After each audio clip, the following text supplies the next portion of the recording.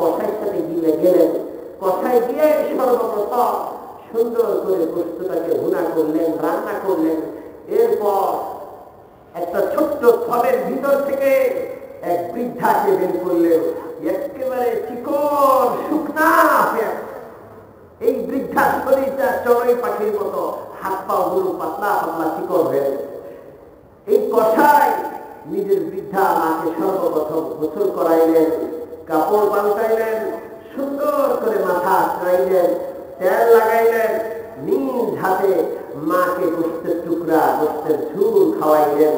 খাওয়ানোর পর মা হাত তুলে বিড় করে সিজারি দোয়া করলেন। আল্লাহ আল্লাহ নবী মুসা আলাইহিস সালাম কসাইকে জিজ্ঞাসা করলেন, এই মহিলাকে। কসাই বললেন, আমার মা। হযরত মুসা জিজ্ঞাসা করলেন, কি দোয়া করলেন? কয়, এইভাবে 40 বছর আমি মা খেদমত করি। প্রতিদিন যখন মাকে গোসল করাইয়া আদর করে মাথাটা আঁচড়াইয়া মাথায় তেল লাগাইয়া খাবার খাওয়াই, আমার মা হাত তুলে দোয়া করে, আল্লাহ আমার তো শেষ অবস্থা, আমার সন্তানকে দুনিয়া আমি কিছু দিয়ে যাবো, আমার এমন কোনো ক্ষমতা নাই। আল্লাহ আমি দোয়া করলাম, যুগের নবী হযরত মুসা আলাইহিস সালামের সাথে আমার এই কলিজার টুকরা সন্তানকে আপনি জান্নাত দান করে দিন। হযরত মুসা আলাইহিস সালাম সাথে সাথে বললেন, এই আল্লাহর বান্দা, তুমি সুসংবাদ গ্রহণ করো। আমি আল্লাহ নবী মুসা, আর আল্লাহ আমাকে ওহীর মাধ্যমে জানিয়েছেন তুমি কোথায়, আমি মুসা নবীর জান্নাতের সঙ্গী হয়ে যাও। মা বাবার খেদমত করতে রাজি আছেন? আপনাদের রাজি আছেন? মা বাবার বদদোয়া দিলে মুসলমান মুখ থেকে যেটা বের হয়ে যাবে সেটাই হয়ে যাবে। মনে রাখবেন, আমি এই ক্ষেত্রে খুব সংক্ষেপে দুইটা ঘটনা শোনাব। দুটোটা হাদিসের ঘটনা। কিসের ঘটনা?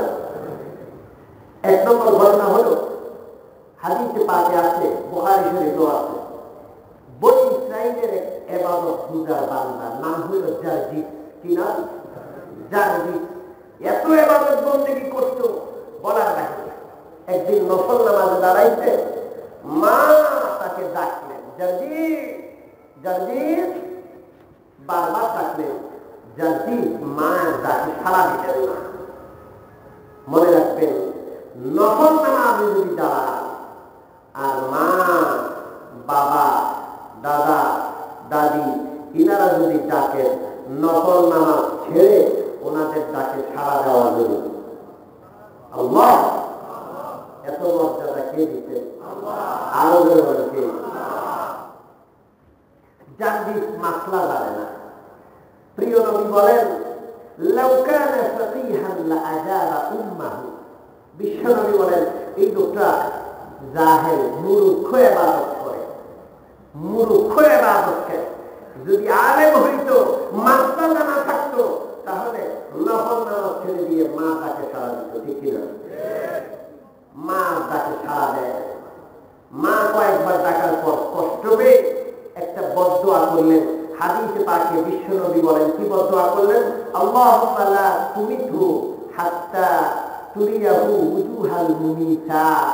আয় আল্লাহ, তাকে মৃত্যু দিয়েন না যতক্ষণ না বেশ্যা মহিলার চেহারা এর না দেখাবে। কার চেহারা? বেশ্যা নারীর চেহারা একে না দেখাবে ততক্ষণ মুখ দিয়েন না। মায়ের মুখ থেকে বের হয়ে গেছে। কোথায় পৌঁছে গেছে? কোথায়? একজন বড় আলেম, আমরা যার কিতাব পড়ি, আল্লামা জামাখশরী, বহু বড় আলেম, নাহু আরবি ব্যাকরণের ইমাম আল্লামা জামাখশরী। ওনার 2 পা ছিল না। জিজ্ঞাসা করা হলো, আপনার 2 পা নাই কেন? তিনি কাঁদতেন আর বলতেন যে আমার মায়ের একটা বদদোয়ায় আমার 2টা পা আমি হারাই।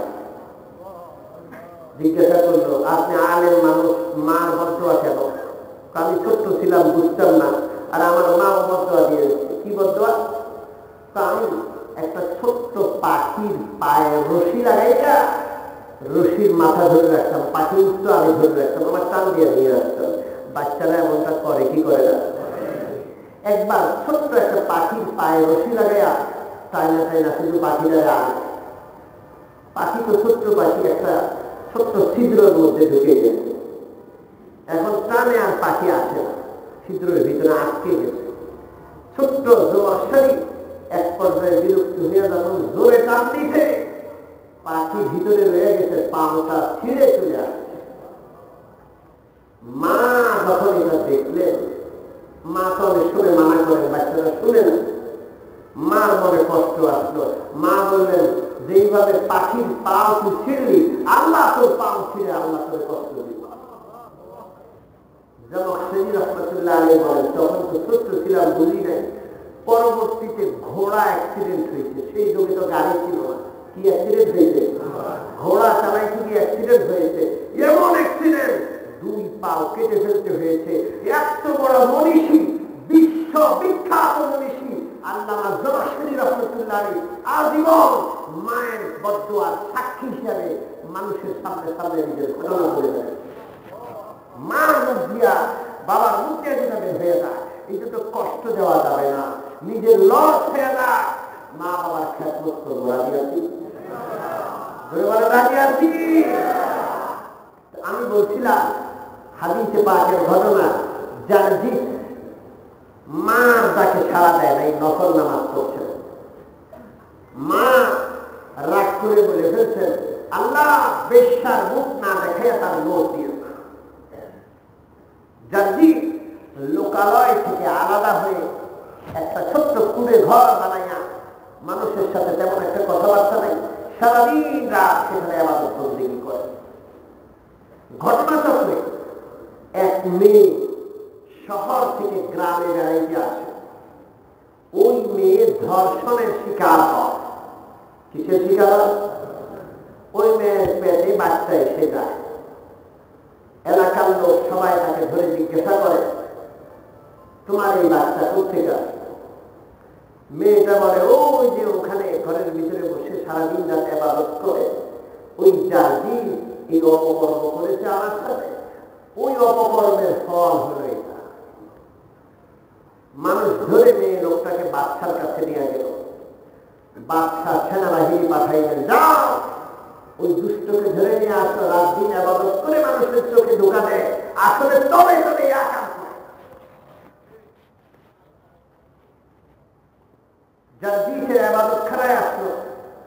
আল্লাহর কি কুদরত, জারজিস তখন নামাজ বাইরে থেকে ডাকে, ওই কথা কয় না। ওই মার সাথে যে অবস্থা, এখানে যে অবস্থা, রেড বাহিনী দরজা ভাঙ্গে ঢুকলো, তার নামাজের ভিতর থেকে ধরলো এবং রাগে গোসা এলাকাবাসী বাহিনী সহ সবাই তারা ইবাদত খানা ভেঙে তুলে মাটির সাথে মিশায় দিল।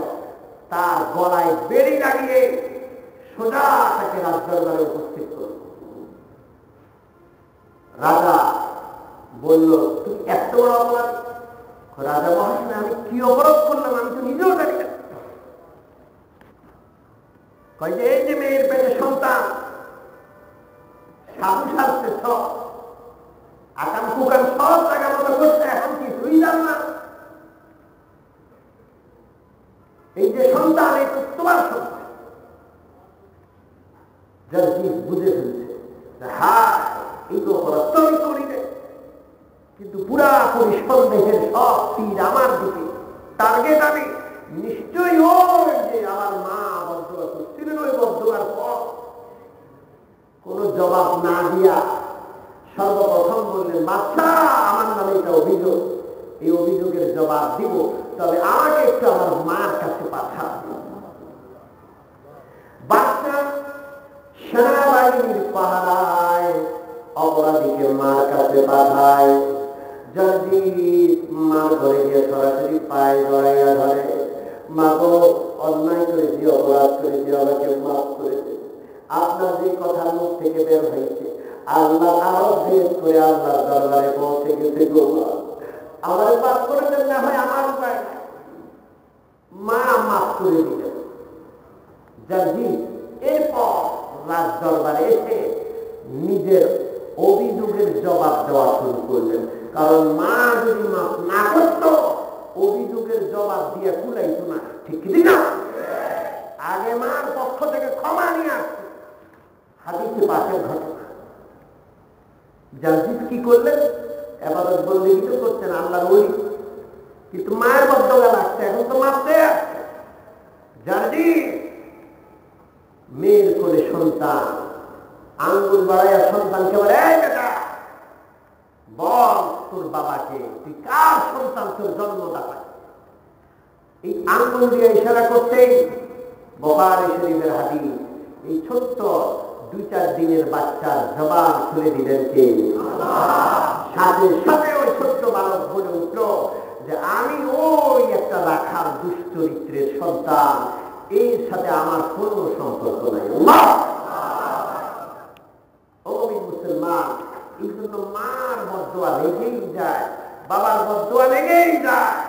বাবা মাকে সব সময় মানায় চলবো, রাজি আছি? তবে এক জায়গায় মা বাবার অধিকারের উপরে কার অধিকার? মনে রাখতে হবে। মা বাবা কয় নামাজ পড়িস না, মা বাবা কয় হারাম খা। তোর মতো লোকেরা বাড়ি গাড়ি করে সব কোটি কোটি টাকার মালিক হয়ে গেল, আর তুই এখনো পথের দিকে, তুই চোখে দেখাস না মানুষ করছে এই পয়সা গেলে। এরকমের কিছুটা অবুঝ মা বাবা আছে, আছে না? মনে রাখতে হবে, লা তাআতা লিমাখলুকিন ফি মাসিয়াতিল খালিক। মা বাবাকে আল্লাহর পরে মর্যাদা দিতে হবে। যতক্ষণ না আল্লাহর হুকুম লঙ্ঘন হয় ততক্ষণ মা বাবাকে মানা যাবে। আল্লাহর হুকুম লঙ্ঘন করে মা বাবা নয়, পৃথিবীর কাউকে মানা যাবে না, কোন শাসককে মানা যাবে না, কোন দলের কথা মানা যাবে না। মানতে হবে সবার আগে কার কথা? এটারও একটা ঘটনা শুনাই, এরপর আলোচনা শেষ করে দিব। আয়াতের অনুবাদ করে আলোচনা শেষ করব। হযরত সাদ ইবনে আবি ওয়াক্কাস রাদিয়াল্লাহু তাআলা আনহু জান্নাতের সুসংবাদ প্রাপ্ত 10 জনের একজন। আরবের বাঘ বলা হতো সাদ ইবনে আবি ওয়াক্কাস রাদিয়াল্লাহু তাআলা আনহু। মাতৃসেবা প্রবাদ তুল্য ছিলেন, মার এমন সেবা করতেন যে আরবের মানুষ মার সেবার কথা আসলে সালের কথা বলতো যে এই ছেলেটা একটা ছেলে। যখন কালিমা পড়ে মুসলমান হলেন, মা খেপে গেলেন, মা খাবার দাবার বন্ধ করে দিলেন। কি বন্ধ করলেন? খাবার দাবার বন্ধ, অনশন ধর্ম। আজকাল দেখা যায় কি যায় না? অনশন ধর্মবোধ করে মা অনশন ধর্মবোধ করলেন, খাবার দাবার বন্ধ। ঘরের ভিতরে ঢুকে না, বাহিরে রোদের মধ্যে বসে থাকবে। আমি রোদে ধরবো, মেঘে বৃষ্টিতে ভিজবো, কুয়াশায় ভিজবো, ঘরের ছায়ায় যাব না। যদি তুই বিশ্বনবী মুহাম্মদুর রাসূলুল্লাহ সাল্লাল্লাহু আলাইহি ওয়াসাল্লামের উপর এবং আল্লাহ পাকের একত্ববাদের উপর ঈমান আনার না ত্যাগ করো। ঈমান থাকতে হবে, আর না হয় খাওয়া দাওয়া বন্ধ, ঘরের ছায়ার নিচে আশ্রয় দেওয়া বন্ধ।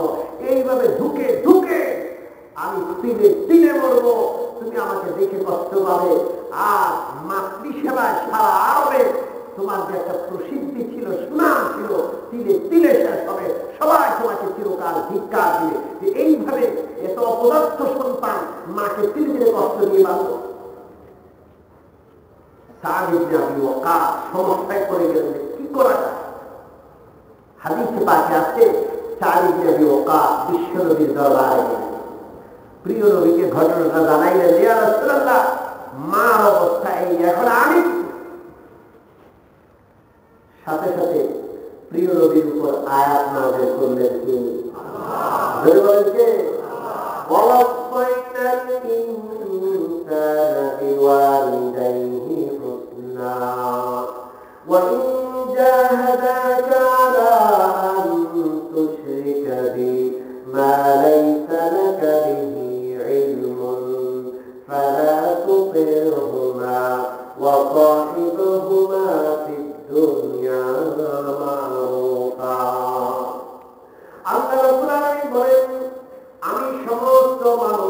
তোমাদেরকে তাদের মা বাবার সাথে সৎ আচরণের নির্দেশ দিয়েছি, কিন্তু মা বাবা যদি আল্লাহ পাকের সাথে শিরক করতে বলে, বিশ্বনবীর তরিকা থাকতে বলে, নামাজ রোজা আল্লাহ পাকের ফরজ বিধান থাকতে বলে, তাহলে মা বাবার কথা তখন আর শোনা যাবে না। তবে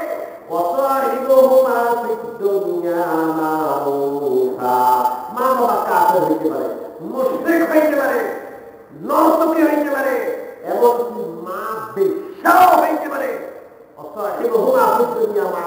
যেই হোক, যত বড় অন্যায়কারী হোক, মা তো মাই, বাবা তো বাবাই। আল্লাহর হুকুমের বিপক্ষে তাদের কথা শোনা যাবে না, কিন্তু তাদের সাথে সৎ আচরণ করে যেতেই হবে। নির্দেশ কার?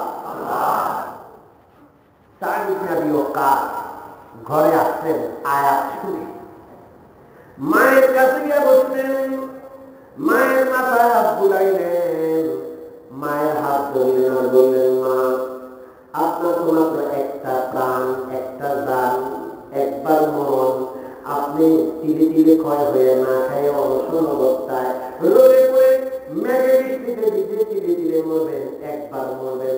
আল্লাহর কসম করে বলেছি, আপনার শরীরে যতগুলো পশম, আপনার যদি যতগুলো প্রাণ হতো, অথবা যদি আপনি তিলে তিলে ক্ষয় হয়ে মরতেন, খোদার কসম আল্লাহর একত্ববাদ আর বিশ্বনবীর উপর ঈমান একটা মুহূর্তের জন্য আমি ছাড়ব না। সবার উপরে কে?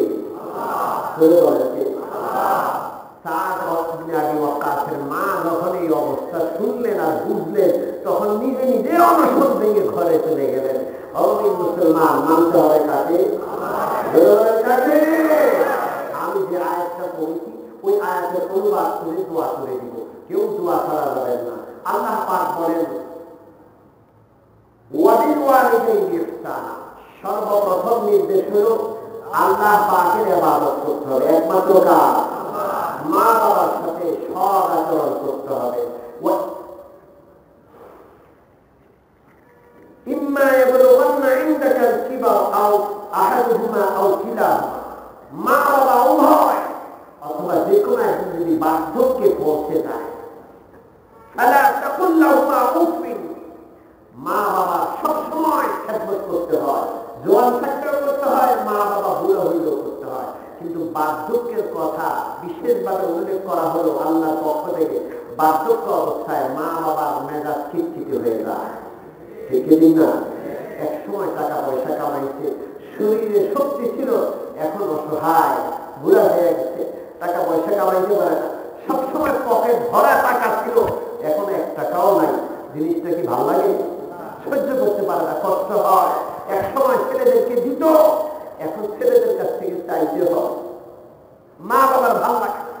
আর তাছাড়া বার্ধক্য, কিতাবে লেখে এক তিরি সব্বিমা, এক বার্ধক্য হাজার অসুখের সমান। বুড়া হয়ে যাওয়া মানে এই কানে ব্যথা, মাথা ব্যথা, রাতে ঘুম নাই, গিরাতে গিরাতে ব্যথা, ঠিক বদহজম, খাইতেও পারে না, পায়খানা ঠিক মতো হয় না, কত রকমের সমস্যা, সব মিলা খিটখিটে হয়ে যায়, সন্তানের কাছে বোঝা বলে মনে হয়। এই জন্য আল্লাহ বলেছেন, এই কঠিন মুহূর্তে ওয়ালা তাকুল লাহুমা উফিন, মা বাবা যে কষ্ট দিচ্ছে তোমাকে, উফ বলতে পারবে না। এখন মা বাবা অসহায়, এক সময় তুমি অসহায় ছিলা, মা বাবা কোলে পিঠে করে তিনি তোমাকে মানুষ করেছে। এখন আল্লাহ পাক ওই মা বাবাকে অসহায় করে তোমার হাতে তুলে দিয়েছেন। আল্লাহ পরীক্ষা করতে চান যে তুমি তোমার সেই ছোটবেলার কথা স্মরণ রেখেছ কি যায়, ঠিক না? উফ বলা যাবে না, উফ বলা যাবে না। বাবা বারবার ডাকতেছে, এরকম করে না, বিরক্ত হয়ে যাবে, এতবার ডাক লাগে, উফ বলা যাবে না। ওয়ালা তানহারহুমা, কখনো ধমকানো যাবে না। স্কুল কলেজের ছেলেরা মা বাবাকে চাকর চাকরানির মতো আচরণ করে, ওখানে তো শিখায় না মা বাবার মর্যাদা। আফসোস, নিজের প্যান্টটা তো খুলে দেয়, জায়গাটা পর্যন্ত মায়ের দিয়ে ধোয়ায়। ঠিক কি? আমি মিথ্যা যদি বলি আমাকে বলে, কত বড় হাতির মতো ষাঁড়ের মতো বড় সন্তান, সে মারে দিয়া যায় না তোমার, কি বলবো? এই দুষ্ট মা বাবা তাদের শিখায় দেয়, আল্লাহ আল্লাহ রসুলের আদর্শ শিখাইতে মা বাবার পাও ধুয়ে দিতে। ঠিক না? ওয়াকুল্লাহুমা কওলান কারীমা, সব সময় মা বাবার সাথে নরম কথা বলতে হবে। ওয়াকফিদ লাহুমা জানাহাল যুল্লি মিনার রাহমা, দয়া মায়া ডানা মা বাবার সামনে বিছায়া দিতে হবে। যত রকমের সৎ আচরণ আছে, যত রকমের দয়া মায়া দেখাইতে পারো, সব মা বাবার কদম তলে বিছাইতে হবে। রাজি আছি? আর একটা দোয়া করতে হবে, রব্বিরহামহুমা কামা রাব্বায়ানি সাগীরা। আয় আল্লাহ, আমাকে ছোটবেলায় যেমন তারা কোলে ভিটে করে মানুষ করেছেন, আয় আল্লাহ আপনি তাদেরকে রহমতের করে উঠায়। এমন দোয়া পৃথিবীর কেউ শিখায় নাই, শিখিয়েছেন কে? আল্লাহ পাক। মা বাবার সাথে সৎ আচরণ করার তৌফিক দান করেন। কেউ বলবে হুজুর আমার মা বাবা মরে গেছে, আমি হয়তো জীবদ্দশায় বুঝি না, এখন কি করতে পারি? এমন একটা কথা আসতে পারে, কিভাবে? এরও সমাধান আছে, ছোট্ট করে সমাধানটা বলে এক্ষণে দোয়া করে দিব। হাদিসে পাকে আছে, মান যারা ক্বাবরা আবাওয়াইহি আও আহাদাহুমা ফি কুল্লি জুমআতিন গুফিরা লাহু ওয়া কুতিবা বাররা। বিশ্বনবী বলেন, যার মা বাবা উভয় ইন্তেকাল করেছেন অথবা একজন ইন্তেকাল করেছেন, সে প্রতি জুমায় মা বাবার কবর জিয়ারত করে, আল্লাহ পাক ওই সন্তানের জীবনের গুনাহ মাফ করে দিবেন। এবং ওই সন্তান যদি জীবদ্দশায় কোনো কারণে মা বাবার কষ্ট দিয়ে থাকে, অবাধ্য হয়ে থাকে, আল্লাহ পাক তাকে বাধ্য সন্তান হিসেবে মা বাবাকে রাজি খুশি করাইয়া বাধ্য সন্তানের তালিকায় তার নাম উঠে দিবেন। আরেকটা হাদিস আছে, রাজি কষ্ট হচ্ছে নাকি? মা বাবা মনে কষ্ট দিছে, মাপ নিতে পারে নাই, মাপ নিতে পারে নাই, মা বাবা চলে গেছে, তাহলে ফালা ইয়াজালু ইয়াদউনাকুমা ওয়া ইস্তাগফিরু লাহুমা। প্রিয় নবী বলেন, সব সময় যদি হাত তুললে মা বাবার জন্য কেঁদে কেঁদে দোয়া করে, মা বাবার জন্য আল্লাহর কাছে ক্ষমা চায়, আল্লাহ আমার মা বাবা ঠিক মতো নামাজ পড়তে না, আপনি মাফ করে দিন, হারাম হারাম বাঁচে নাই, আপনি মাফ করে দিন। মা বাবার জন্য আল্লাহর কাছে ক্ষমা প্রার্থনা করতে থাকে, তাহলে আল্লাহ পাক ওই সন্তানকে বাধ্য সন্তান হিসাবে মা বাবাকে খুশি করাইয়া বাধ্য সন্তানের তালিকায় তার নাম লিখে দিবেন। এখন প্রশ্ন করবে, হুজুর মা বাবা মরে গেছে, মা বাবার জন্য কি করবো? আজকাল বাপ মা আত্মীয় মূল্যে তার দিনা করে, 40 করে, ঠিক না? এরপরে মৃত্যুবার্ষিকী পালন করে, এগুলো করলে কোনো স্বভাব নাই, উল্টা পয়সাও যাবে, গুনাহ হবে। ঠিক না? কি করতে হবে? কি করতে হবে? মা বাবা মরে গেছেন, মা বাবার মৃত্যুর পর সন্তান কি করবে? খুব ভালো করে খেয়াল রাখবেন। বনু সালামা গোত্রের এক ব্যক্তি প্রিয় নবীর দরবারে এসে জিজ্ঞাসা করলেন, ইয়া রাসূলুল্লাহ, মা বাবা দুনিয়া থেকে বিদায় নিয়ে যাওয়ার পরে সন্তান মা বাবার জন্য কি করতে পারে? সৎ আচরণ কি শেষ, না এখনো সৎ আচরণের সুযোগ আছে? প্রিয় নবী বললেন, হ্যাঁ এখনো সৎ আচরণের সুযোগ আছে। 1 নম্বর, আসসালাতু আলাইহিমা, মা বাবার জন্য রহমতের দোয়া করতে হবে। কিসের দোয়া? জোরে বলেন, কিসের? রব্বিরহামহুমা কামা রাব্বায়ানি সাগীরা, এটা রহমতের দোয়া। 2 নম্বর, ওয়া ইস্তিগফার লাহুমা, হাত তুললে মা বাবার জন্য ক্ষমা প্রার্থনা করে, আয় আল্লাহ কত ভুল করতে বুঝে নাই, আমার মা বাবাকে আপনি মাফ করে দেন। আল্লাহর কাছে মা বাবার জন্য ক্ষমা চাইব, রাজি আছি? 3 নম্বর, মা বাবার যদি কোনো ওয়াদা থাকে, যে ওয়াদাটা মা বাবা জীবদ্দশায় পূরণ করে যেতে পারেন নাই, তাহলে সন্তান হয়ে ওই মা বাবার ওই ওয়াদাটা যদি পূরণ করে দেয়, তাহলে এটা মা বাবার সাথে সৎ আচরণ হিসেবে গণ্য হবে। ওয়া ইনফাযু আহদিহিমা মিন বা'দিহিমা, মা বাবার ইন্তেকালের পর মা বাবার ওয়াদাগুলো পূরণ করে দেওয়া, আল্লাহ তৌফিক দান করেন। এরপরে ওয়াসিলাতুর রাহিম আল্লাতী লা তুসালু ইল্লা বিহিমা, মা বাবা আত্মীয় স্বজন যারা আছে, বাবার বোন, ফুফু, মার বোন, খালা, বাবার সাথে মার সাথে যাদের আত্মীয়তা ছিল ওনাদের সাথে মা বাবার ইন্তেকালের পরেও সম্পর্ক বজায় রাখা, এটাও মা বাবার সাথে সৎ আচরণের সামিল। মনে থাকবে তো ইনশাআল্লাহ? বাবার ভাই, চাচা, বাবার চাচতো ভাই যাদের সাথে বাবার সাথে সম্পর্ক ছিল, বাবা মরে গেছে আপনার সাথে এখন আর সম্পর্ক নেই, এমন যেন না হয়। বাবার যাদের সাথে সুসম্পর্ক ছিল সবার সাথে আত্মীয়তার সম্পর্ক আপনি বজায় রাখবেন। ওয়া ইকরামু সাদিকিহিমা, শেষ বাবার বন্ধু যারা ছিলেন, মার বান্ধবী যারা ছিলেন, মার সমবয়স্কা, বাবার সমবয়স্ক যারা বাবার বন্ধু ছিল তাদের সাথে তাদেরকে সম্মানের আচরণ করা, তাদেরকে সম্মান করা, বাবার মতো মর্যাদা দেওয়া। আল্লাহ পাক মা বাবা যাদের নাই তাদের এই হাদিসে পাকের বিষয়গুলো মা বাবার সাথে সৎ আচরণ করে, আল্লাহ পাক যেন মা বাবার সাথে সৎ আচরণ করে মা বাবার বাধ্য সন্তান হিসাবে আমাদেরকে গণ্য করে দেবে। আমিন। ওয়া আখিরু দাওয়ানা আলহামদুলিল্লাহি রাব্বিল আলামিন।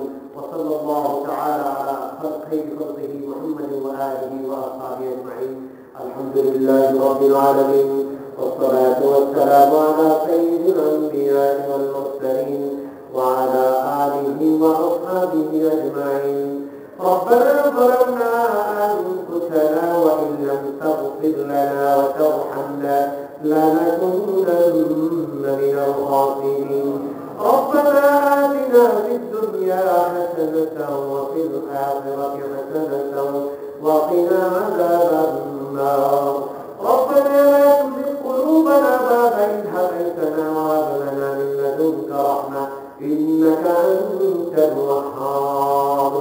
ربنا هب لنا من أزواجنا وذرياتنا قرة أعين واجعلنا للمتقين إماما. رب ارحمهما كما ربياني صغيرا. رب ارحمهما كما ربياني صغيرا. اے خدا اے خالق کون و مکان، دستگیری کن کن ناراضیاں، گرم باشد لطف تو فریاد را، باشمندر بہر یا مثل خواب. نور عرفتنا قائد جلال، الشراب عشق تو کن مفتحا. حب پیغمبر جدائی جانے کن، عشق احمد مرد من در مانے کن. نہ امریکہ نہ لندن سے ہو الفت، ہمیں وقت مدینہ کر خدایا. نہ جرمن سے نہ جرمن سے ہو نسبت، ہمیں عشق کعبہ کر خدایا. مولانا কুতুবুল আলম পবিত্র কোরআন ও হাদিসের আলোকে দিন আলোচনা শোনার পর গভীর রজনীতে আপনার চাহিদার হাত করেছি। দুনিয়ার নিয়ম হলো যত গভীর হয় দুনিয়ার দুয়ারগুলো বন্ধ হয়ে যায়। আপনার নিয়ম হলো যত গভীর হয় আপনার রহমত মাগফিরাত বরকতের দরজাগুলো খুলে যায়। দুনিয়ার সমস্ত দুয়ার থেকে বিমুখ হইয়া আপনার রহমতের দুয়ারের ভিখারি হয়েছি। মেহেরবানি করে আমাদের গুনাহগারের দিকে না তাকাইয়া আমাদের জীবনের সব গুনাহগুলো মাফ করে দিন।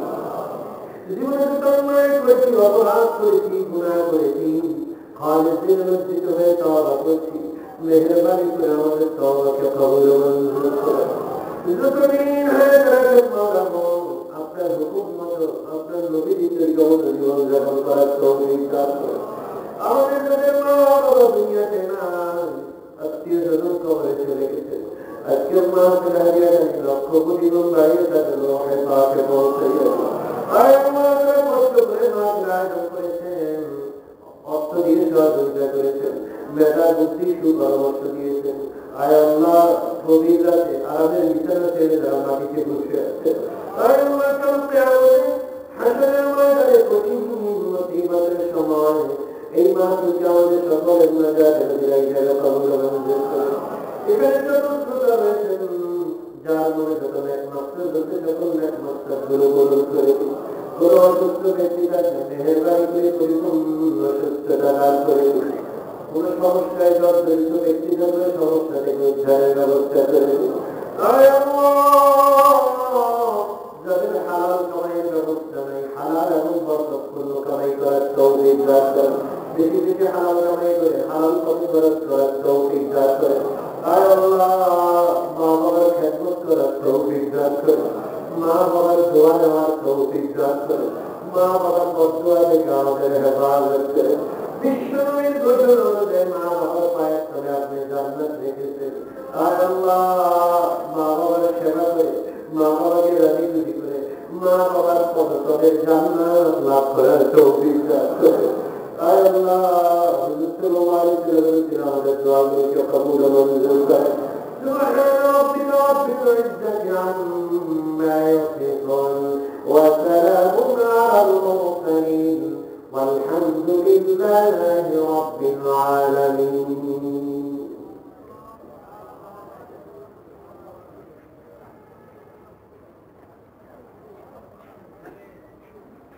ওয়ালাইকুম আসসালাম ওয়া রাহমাতুল্লাহ। কেমন আছেন?